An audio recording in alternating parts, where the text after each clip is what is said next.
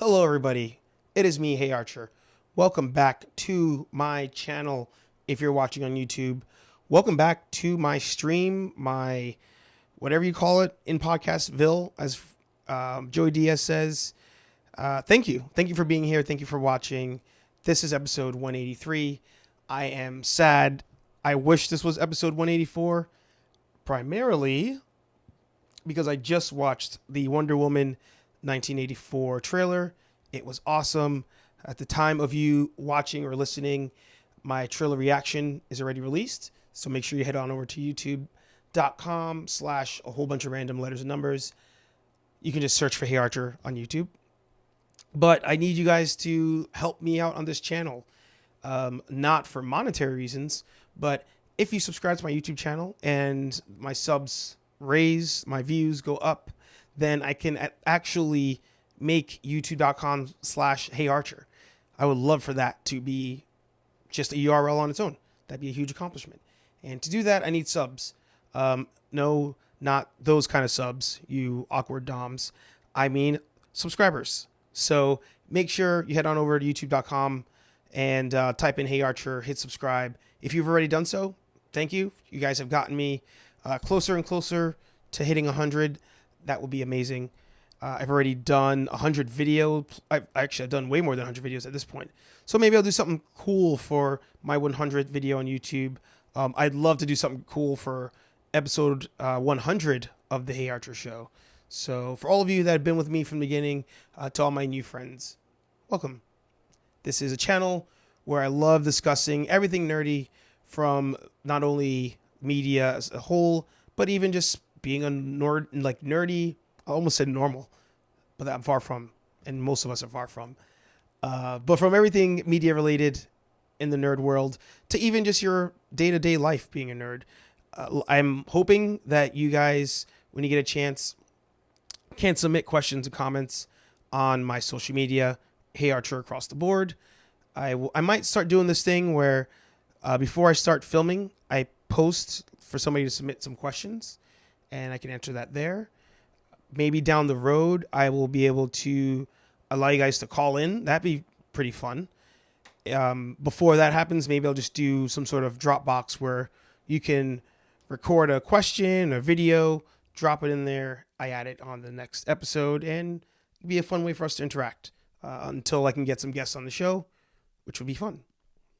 So I wanted to start off this video on a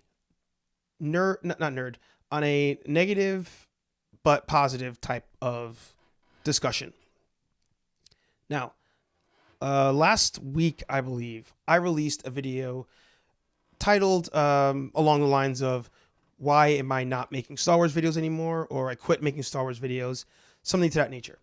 And that actually contributes to a larger change that I've been doing in my life, and something that I encourage a lot of you to do. So I was watching a Star Wars TV spot the other day, and I recorded a video for it. And it was probably my 5th or 6th video of it.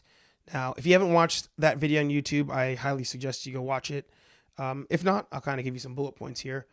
But I watched the trailer. I recorded a reaction. I was about to edit it. And as I watched it and I watched my face watching the Star Wars trailer, I realized that I was actually creating just purely negative content. And not only was I creating negative content, but I was just bringing negativity into my head. I was bringing negativity like into my soul almost, not to be too like, quote unquote spiritual about it. But I was just feeling some type of way watching this Star Wars trailer. And I decided that I would actually just stop reviewing them. Now, there's still like 2 or 3 more for me to watch as far as these new TV spots. But I'm not going to make any videos on them. And that's because I don't want this channel, and, if you're here for Star Wars related things, don't fear. I still review The Mandalorian, and I still will talk about Star Wars, but I don't want this to be one of those negative channels about just nerd culture as a whole. I'll cover topics, but I won't dwell on them. So bashing Star Wars, I don't feel like I need to give you guys 30 videos about why Star Wars sucks. it just doesn't do anything for me. It doesn't make, like, I don't finish the video and feel good. I don't put the video online and feel good. I put them out there because I think people like it and people think the same way. I also want like that feedback and almost that dialogue between us. But as a whole, I don't feel like any of us should be creating just content that is made to be overly negative to try to make ourselves feel better, if that makes sense. But I actually took, and as I was thinking about it, I thought about my interactions with my phone as a whole and my interactions with social media as a whole, to be more specific. And a lot of you are like myself, and we are full on in our phones. We're full on in social media. And it's something where we just, nowadays, things being negative, because I think negativity is such a strong emotion, which, to make it a Star Wars reference, the reason that the Sith go one direction of the, in terms of the Force spectrum, and the Jedi go another direction, is emotion. And the Jedi tell you you should not embrace your emotions because they can lead to hate. Hate leads to anger. You know the rest. And it's true. Hate and anger are such a strong emotion that a lot of times we seek it because you can almost feel it. You almost feel that hatred, that anger. It can even be mentally stimulating, especially if you're kind of watching things so that in your head you build an argument against it, even, things that are political. So I was on social media, and there were certain people on there, some people that I know personally, some people I don't know at all. This was on Instagram, this is on Facebook, this is on Twitter, that I caught myself going on their pages, going on their channels, some of them on YouTube, and I would watch it, but I would watch it almost in a sense of, is this a video where or a post where they have failed at something? It could be, somebody that, let's say they cosplay, for example, right? There were some cosplayers that personally I'm not a huge fan of, but I was on their pages because anytime they posted something like bad happened, I almost like felt good about it. And the same with other people. Like, I'd go on their pages and see what they're doing, almost as just like a spy, but without any like good intention of being there. Like, I wasn't on their page because I want to see, did they finally get that new car they wanted, or did they finally do whatever? And it was weird. It was weird to kind of get that perspective and to look at it, step back and look at what I was doing. And in doing that, I actually decided to unfollow, unfriend, and remove all those people, all those pages, because it didn't make sense. And comment down below if you've actually felt like you've been doing that at some point. If you've been going on pages and going on people's profiles and not hoping for the best. And hell, that's the number one trait of a hater, if you ask me. If you're going on somebody's social media in hopes that something not good is happening, you need to take a step back, look at yourself, and say, do I need to make a change? And I feel like this sounds super basic, but if you put positive vibes out there, positive things happen. Big believer of that. Big believer of the higher power type thing. And you shouldn't be welcoming that kind of hate and anger into yourself, into your soul, just to get some sort of mental stimuli. It doesn't make sense. It's really stupid. If you feel the same way, comment down below. Let me know if you felt that way. If you think this is stupid and doesn't make sense, I'm envious of you, because maybe your life's really good and you don't look at other people's pages and hope negative things happen. But I felt like I was doing it with the nerd world, but then I felt like I was doing it in real life too. And I decided to make that change. And hopefully you make that change too, because I think everybody needs more positivity. You should go on social media, use it for fun means, but not use it as a way to just embrace the hate, if you would. But that's just kind of my take on the whole thing. Spreading positivity. But speaking of positivity, let's talk about 2 amazing trailers that have come out this week alone.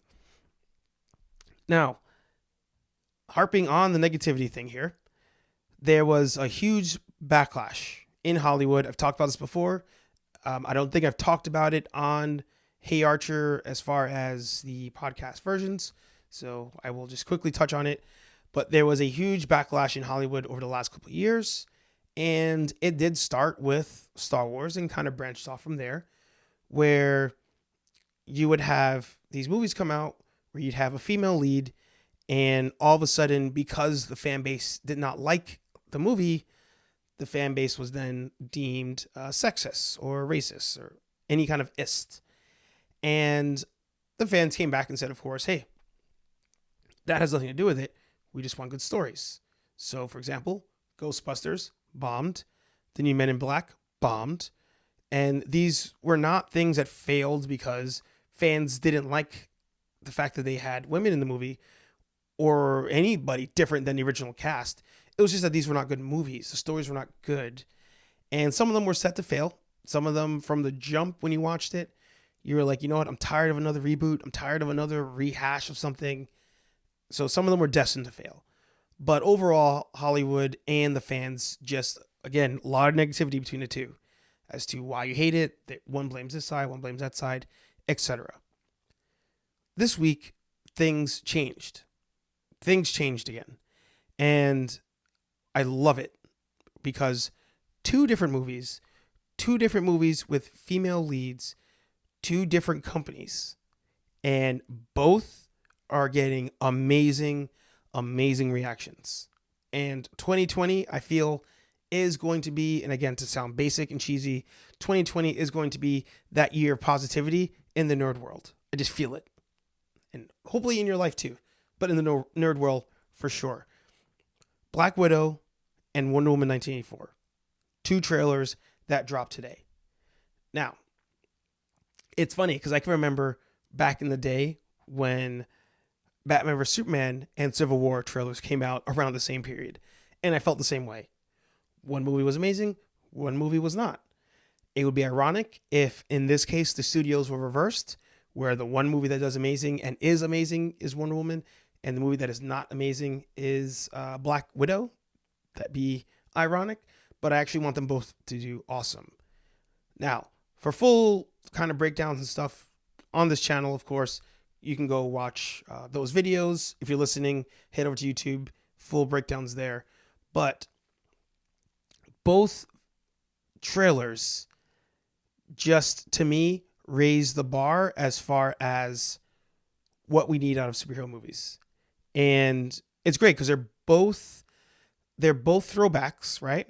Wonder Woman and Black Widow technically are prequels as far as timeline goes.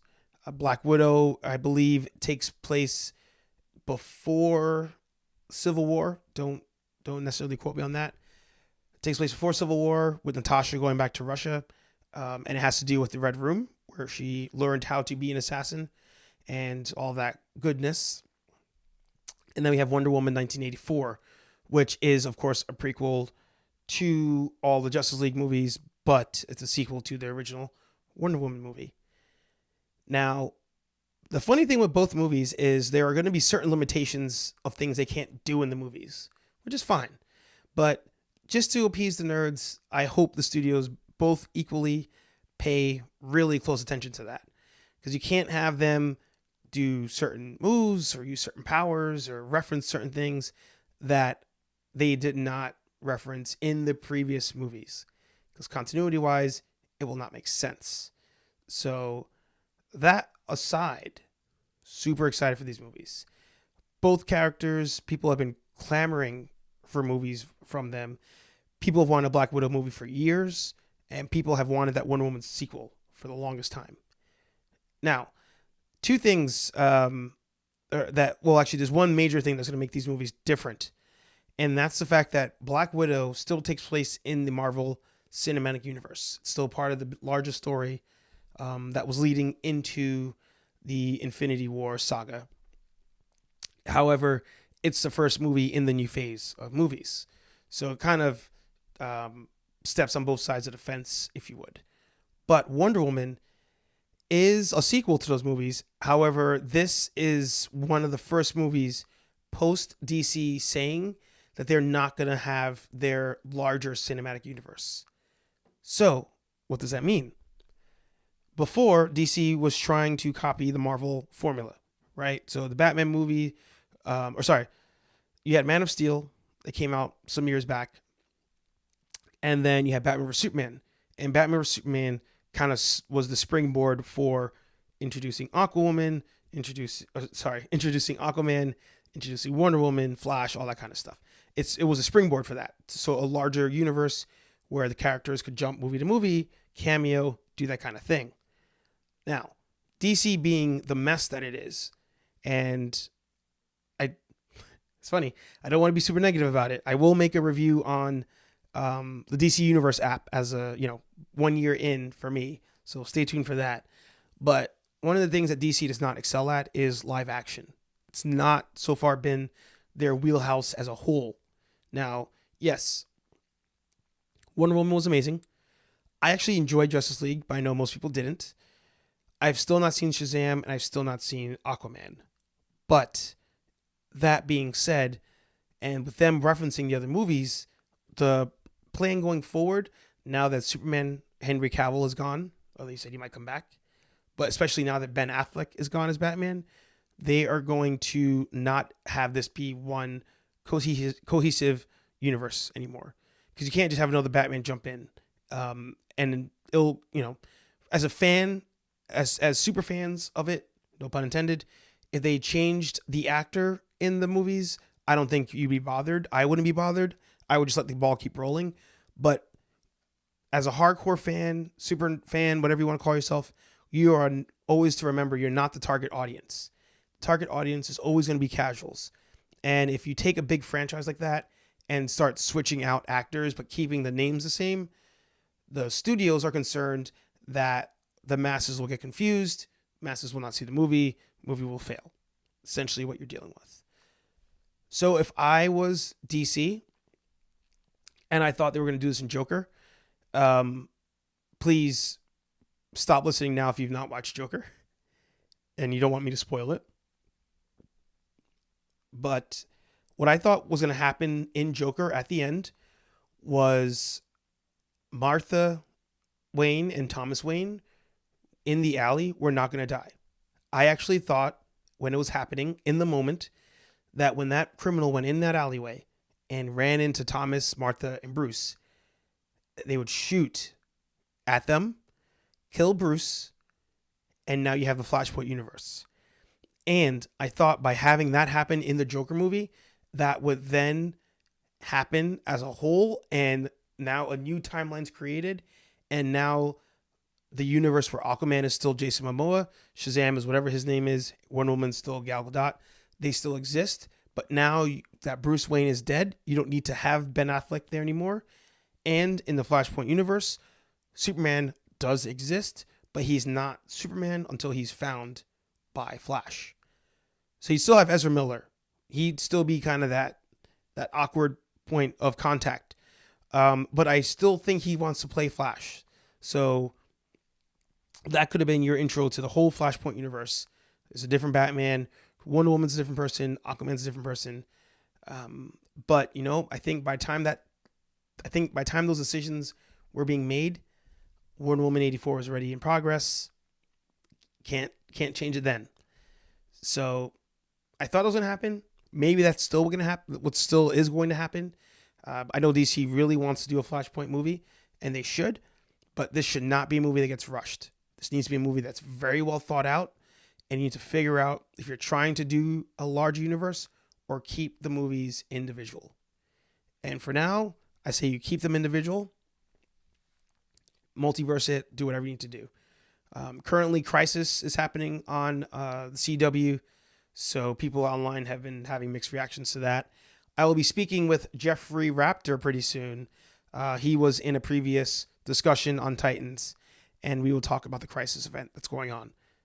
For me, as a non-watcher of the CW universe, and for him as a fan of the CW universe.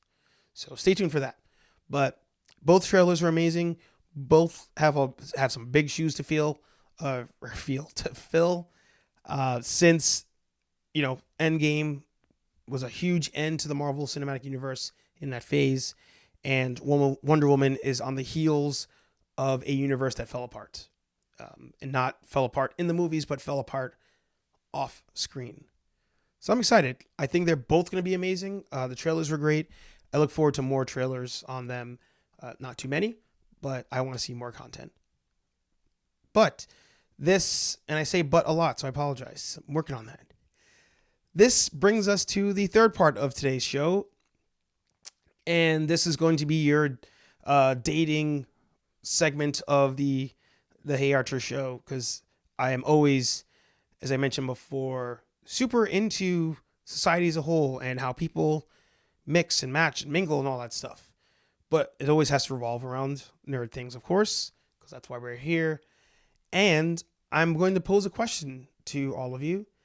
And that is, should your significant other, should your other half, should your partner, should they be into these movies, right? Is it a problem that when you go see Black Widow or you go see Wonder Woman, is it an issue that you're not going there with your significant other? Is that important? Not important? I'd like to know. Personally. Because I've actually been in both scenarios. I've dated people who are into all things nerd. I've dated people who care nothing about them. And to me, it's worked out pluses and minuses. And I say a lot. I'm trying to get rid of that as well. I notice, everybody, I notice. I want to tell you a fun story. So, 2 times in my life, actually, have I gone out with, we'll call them super nerds, right? One actually worked for a major studio, right? And the other one, just normal person, right? I can't even remember. The second one, actually, I don't even remember like what she looked like specifically. First one was actually just a ginger, which I was like, oh, great. It's a nerdy ginger. The second one may have been too, not sure. But both people were super fans, right? One worked for the industry. One was just a fan. They knew upon initial like texting and all that stuff, they knew a lot and they were genuine fans of things. They weren't just saying it. And it was funny because in theory, it's exactly what I would want. I'd want to date somebody who I can talk comics, and you might feel the same way. Hell, you might have that already. But I have always wanted to date somebody who I can talk comics, movies, that kind of thing. Upon going out on both of these dates, it became clear to me 2 things, right? So one, I don't know as much about comic books and the nerd world as a whole as I like to think I do. Maybe I know more than you, and that's fine. Maybe we know the same amount, and that's fine. But upon conversations with both of these young women, I learned I actually don't know that much, because on said dates, I was quizzed, and that's the funny part about it. I felt quizzed on my knowledge of illustrators, my knowledge of producers, writers, directors, cartoonists, that kind of detail, that kind of level of detail. And it was funny because it became clear to me that I'm almost on a date with another guy. And again, nothing wrong with that, but you got to hear me out here. It was almost like I was on a date with myself, and it was weird. And it almost now became like a competition. Like, who knows more of what? And, do you like this band or that band? And it morphed into a whole nother thing. And I think in both scenarios, I actually said I would never go out with another like super nerd again. Did I learn my lesson? Of course not. I've still gone out with other nerds. And I'm not saying that you should ever go on a date with somebody, have a negative experience, and then rule out everybody who matches that. But I just thought it was super interesting to actually say that, yeah, I've met people who are exactly what I wanted on paper. And it turns out that in actuality, didn't work out. And that's probably the story of most of our lives in general. But I just thought that was really really interesting thing. And I hope that some of you can actually comment below if you've actually met that person that on paper you were like, this is exactly what I need, right? I really like this one thing. Maybe it's cars, or maybe it's guns, or maybe it can be anything, or sports. And you're like, I finally found somebody who likes that thing just as much as I do. And I'd be curious to see how many of you actually had it work out. Or if you need to have sort of that middle ground, and maybe you really like the nerdy stuff, that person really likes something else, but you can mutually kind of mix and match the two loves of hobbies. Maybe that's the secret formula, the secret sauce, if you would. So I'm curious to hear what you guys think about that down below. But I've also dated the other side of that, people who want nothing to do with it, and also equally didn't work out. So that could be a story for another day. But I want to hear if you are taking your significant other to see either Black Widow or Wonder Woman. Most importantly, do you think that these movies are or could be a great introduction to taking somebody who doesn't watch any of these things? Because, since these movies are almost standalone in terms of they may not acknowledge the larger universe, maybe it's a good jump off point for some. So I'm curious to hear what you think. But I want to thank you for coming to Hey Archer, episode 183. I am hoping soon to have guests on this show. Keep the questions coming. Like I said, the question that I was going to address that I was going to do regardless of whether I got it or not, was my thoughts on Wonder Woman show.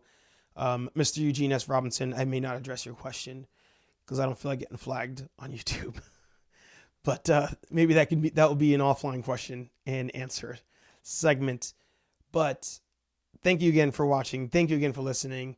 If you're enjoying the show, make sure you're sharing it with a friend and keep sending in questions, comments, and keep a lookout for that Dropbox or whatever we'll call it, where you can leave some audio messages.